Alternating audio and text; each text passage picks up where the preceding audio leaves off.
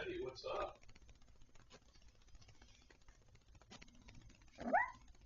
Is it busier than normal for you, or is it about the same?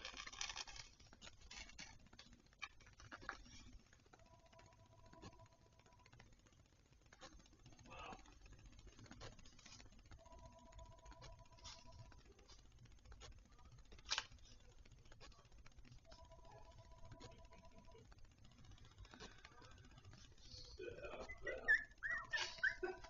God's always watching, you know that.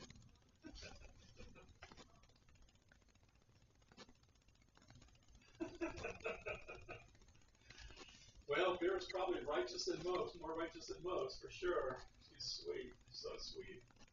I love Vera.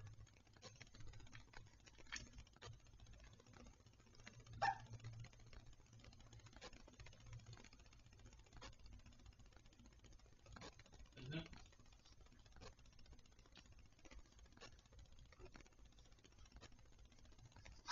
Those guys are worthless.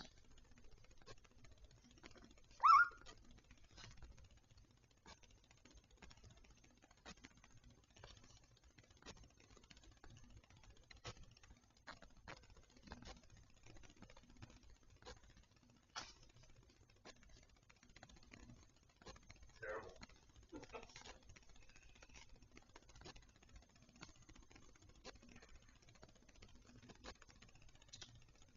What company was that? Is that women-owned First Nation or something, or what is it?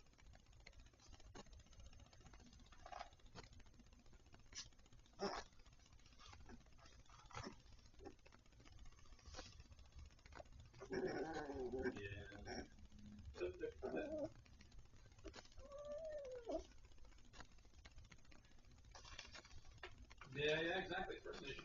Well, that whole process is weird, man. I mean, I had an interesting experience with the purchasing people where you have to put something out for bid, and they took forever to get it set up. Like, when I say forever, I mean like 3 to 4 months, right? Finally, they put it out for bid on Friday and closed it on Tuesday, right?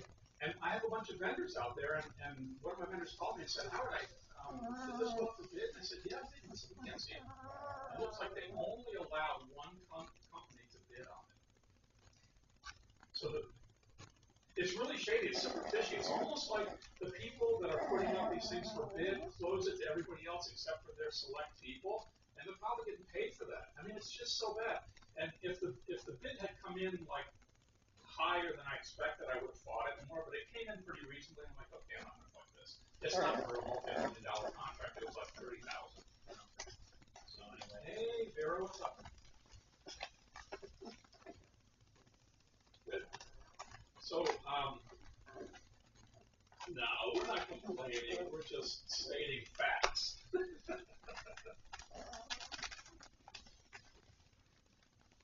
Right. Well, let me cheer up your morning here and give you a little something here.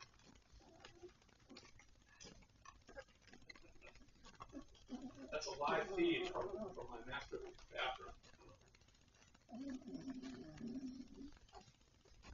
There's 9.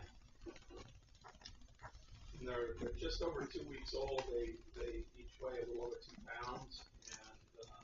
And there's 2 flavors. There's cookies and cream and vanilla.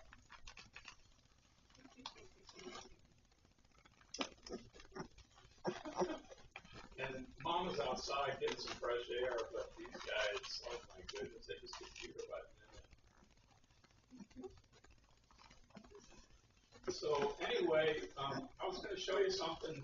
A couple of things have come up when I've been servicing other organizations like CIIT, for example. One of them is, remember I was asking you for some kind of a center-wide share folder that everyone has access to, and you're like, nah, we don't do that. Oh, man. Because I set things up at DLS, we have a center-wide, not a center-wide, but we have a division-wide share folder that everybody has access to. So if I needed to give someone a batch file to open their share drive, their auto share, but, you know, we used to map these. I used to have people like physically go in and type in everything they needed to type in to map it. It's like, oh man, that didn't work. I'll have to do it again. Blah, blah, blah. And I said, forget this. I created batch files for that. But I can't send batch files through email because the email system strips them out. It thinks that they're a So what I was doing in Chambly is I was saving those batch files on a drive that everyone has access to, and then telling them, hey, go pick up your file on the drive. Well, you guys have it. So I thought about it, and I thought about it.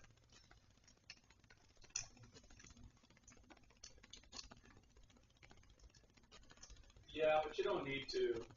Yeah. So I figured out a workaround. You know, I'm thinking. So I imported to this. Anyway, I've got this backdoor to Aisle Manager that I call Aisle Manager Web, and it's just a web page. Okay, so you go to this website here, and you sign in as yourself. So I'm WPJ1, and then I put in my CDC password,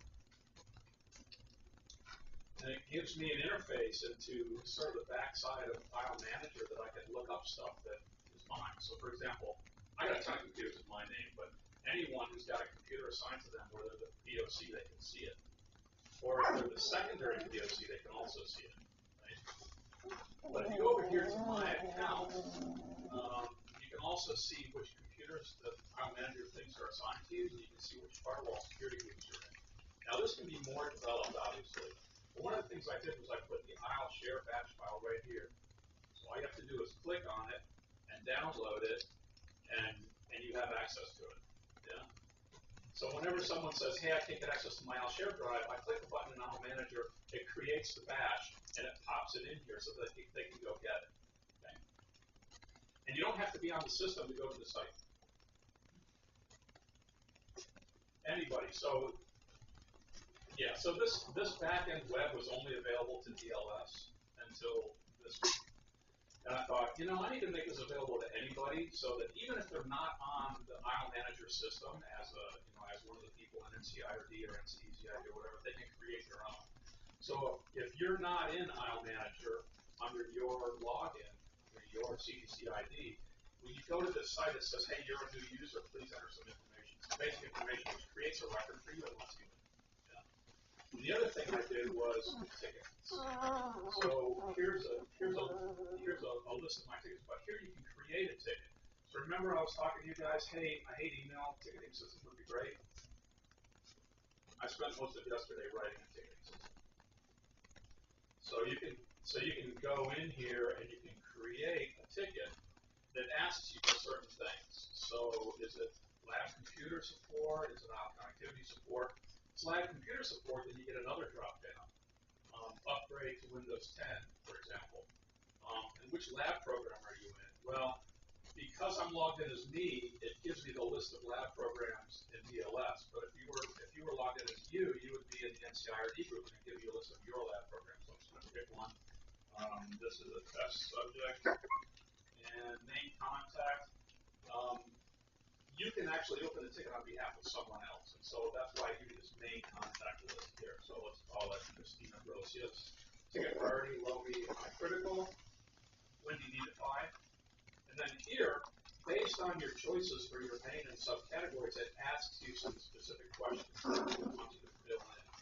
If these change, these questions change, right? Because depending on what you want done, I need to know certain things. So what's the nickname of the computer? It's Scooby, and it's in Clifton Road, 17, 3456. Okay, and then location. This is the serial number I'm looking for. But what I basically want them to do is ask. I want them to fill in this specific information because it's something I'm going to need. Here's the location, and when will the computer be ready? Tomorrow after 3. Okay. So as long as you fill in all these white fields, you can go ahead and submit it. It also gives you an opportunity to drop in a file. You can drop in a PDF or a Word document or a screenshot or whatever. You can drop a file here. And so I just go ahead and submit it. It says your ticket was successfully submitted. Look for an email in your inbox. And then it's done. You can see here that this ticket showed up here. This now is my tickets part of this. I also track people supervisors. But if you look here, you can see my tickets, and it's listed as pending. That box is going to be red, which means it's stopped. Nothing's happening with it yet. As soon as this ticket gets assigned to somebody, down here there's going to be an assigned field. So you're going to see the person that it's assigned to. This will go yellow and say assign. and then once the ticket is finished, red and say closed, right? So you can actually log into this and see what the status of your own tickets are. And then on the aisle manager side, the people that are managing the aisle manager, like your lab wizards and people like that, they can go in and see the tickets for NCIRD and they can start managing them that way. Okay? And let me see if I got my email.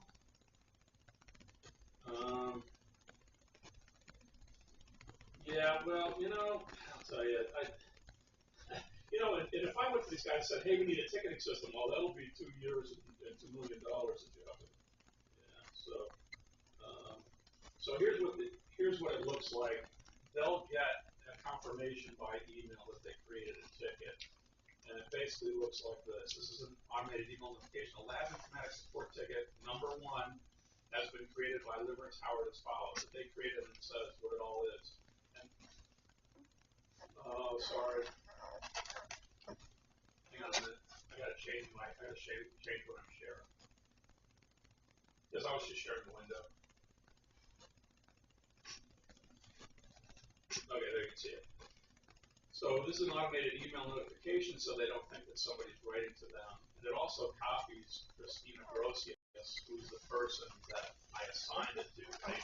So I know who created it, and I also know who was put in as the main contact, and she also gets it. So I created it, so I get the email response.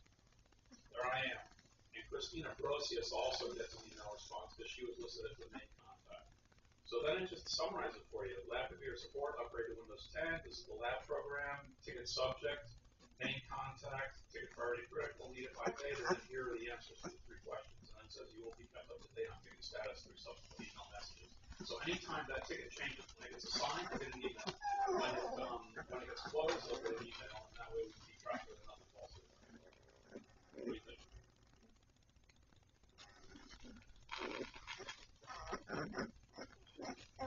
No, they can't go back and change it. The ticket goes out as it is, and if we look at it and respond to them, right? Yeah, they can say, oh, I'm sorry, I didn't mean to put that. I meant to put something else. They can just issue another ticket, and we can immediately close the ticket and say closed by request of the customer. There you go.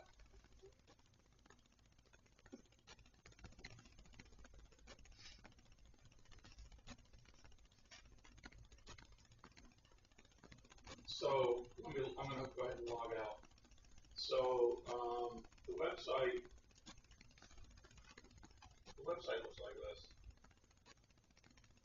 And let me share my screen again.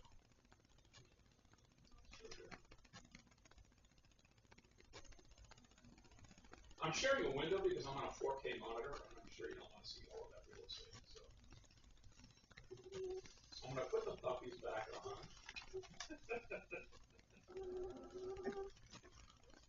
Yeah, okay. So the website looks like this. When you first log in, it takes you to this login screen. There's nothing really fancy about it. It's this address right here. So what you would do is you would point your people to that address and say, go to that address, and then I logged in just with my CDC ID, WPJ1, and then my CDC password. And then it takes me to my interface on Aisle Manager. This is really a back-end interface to Aisle Manager. And to create a ticket, you just look for the palm tree and click Create Ticket.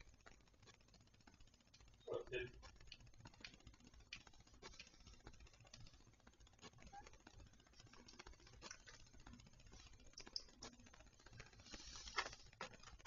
Oh, absolutely. He sees his. So because he sees. So under my instrument computers, these are the ones that I'm listed as POC1. Mine is secondary. These are the ones I'm listed as POC2. And then there's a couple more tabs here that I'm going to develop. It says coming soon, because this is fairly simple function. I want them to be able to select a computer. Right now, when they select a computer, all it does is pop up a little window that's got information about that machine. Okay? And you can scroll down and see anything you want to know about it. Okay? But that's not ideal. When I put this together, I threw that together in a hurry. But it basically tells you, here's the nickname of the machine, you're the PLC4, here's the operating system, host name, what's the location. And if they move it, they can change the location. Like, oh, okay, it's not there anymore, it's over here. Yeah. So And then, so same with secondary, it's the same, only these are the machines that do the secondary POC.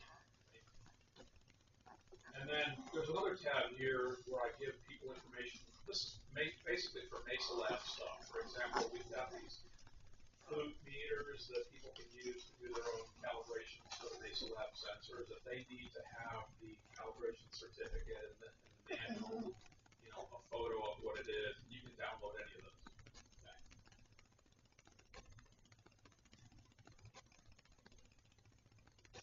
Yeah. So